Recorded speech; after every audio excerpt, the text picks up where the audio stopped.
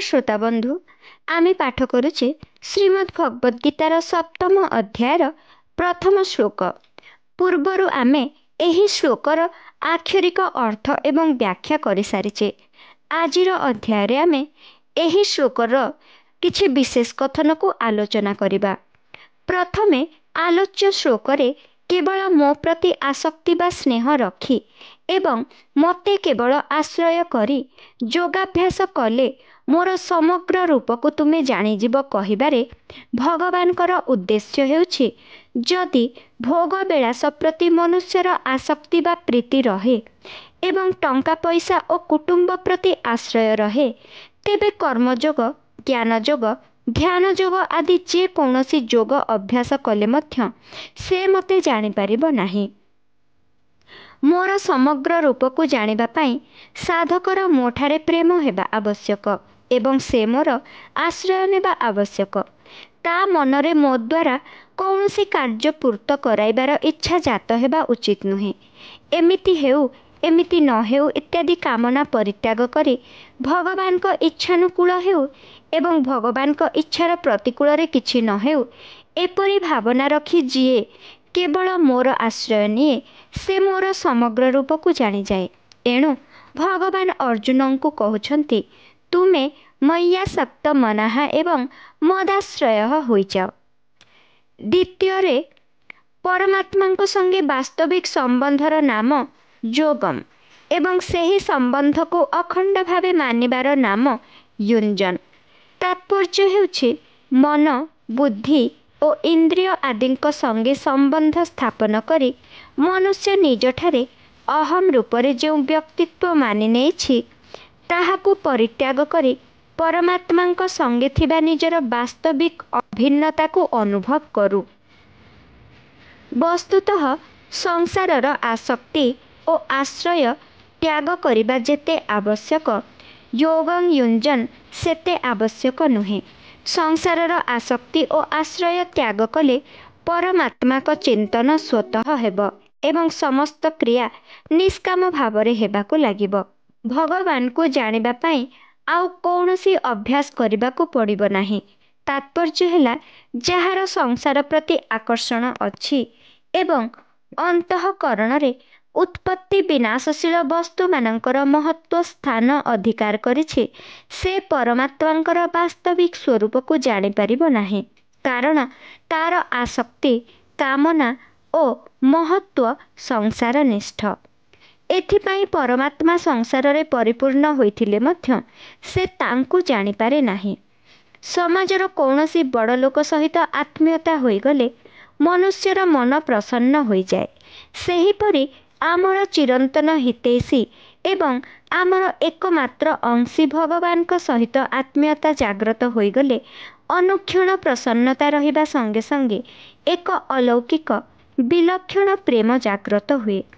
तेणिकी साधक स्वतः भगवान ठारे युक्त मना होई जाए एवं भगवानकर आश्रित होई जाए।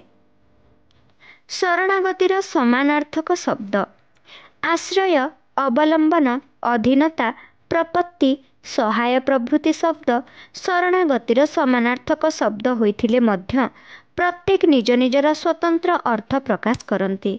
यथा आश्रय जेपरि आमे पृथ्वीर आधार बिना बंची पारिबा नाही और बसिबा उठिबा आदि किछि करि पारिबा नाही सेहीपरि प्रभुंको आधार बिना आमे बंची पारिबा नाही कि किछि करि पारिबा नाही। बंचिबा और किछि करिबा पाई प्रभुंको आधार जोगु हुए एहाको आश्रय कहंती। द्वितीय अवलंबन काहा हातर हाड़ भांगी गले डाक्तर ता उपरे पट्टी बांधी ताकू बेकर आश्रय रे लटकाई देले भंगा हाथटी जेपरि बेकर अवलंबित होई जाए सेहीपरि संसाररु निराश और अनाश्रित होई भगवान को बेकरे झुली पड़िबार अर्थात भगवान को जाबुड़ी धरिबार नाम अवलंबन। तृतीयटी अधीनता। अधीनता दुईटी प्रणाली रे हुए। प्रथमटी हैला केही आमको बलात्कार करी काहारी अधीन कले बा धरि नेले। द्वितीयटी हैला आमे निज पक्षरु काहार अधीन होई गले बा दास होई गले। एही द्वितीय प्रणाली रे निजर किछि प्रयोजन न रखी अर्थात केवल भगवान अनन्य भाव सर्वथा भगवान दास होइजिबा ओ केवल भगवान को निजर स्वामी मन करिबा ही अधीनता। चतुर्थ अर्थटी है प्रपत्ति, अर्थात जेपरी केही कौनसी समर्थ व्यक्तिर चरण रे लंब होई पड़ी जाए, सेहीपरि संसाररू सर्वथा निराश होई भगवान को चरण रे पड़ी जिबा प्रपत्ति अटे। पंचमटी सहाय, जेपरी पानी रे बुड़ी जाउथिबा लोकको कौनसी गछ लता बा दौड़ी आदिर आधार मिल जाए, सेहीपरि बारंबार जन्म मरण रूपक संसार रे बुड़ी जिबा भୟରେ भगवान को आधार करि नेबा हेउछि सहाय। एही प्रकारे उपरोक्त प्रत्येक शब्द रे केवल शरणागतिर भाव परिस्फुट होइछि। जेतेबेले भगवान को प्रति अनुराग हुए और भगवान कर आश्रय निया जाए, अर्थात भगवान को ठारे मन और बुद्धि संयुक्त हो जाते, सेतेबेले शरणागति सिद्ध हुए। जदि मनुष्य मन और बुद्धि सहित निजे भगवान कर आश्रित हो जाए, तेबे शरणागतिर उपरोक्त समस्त भाव ताठारे प्रकाश पाए।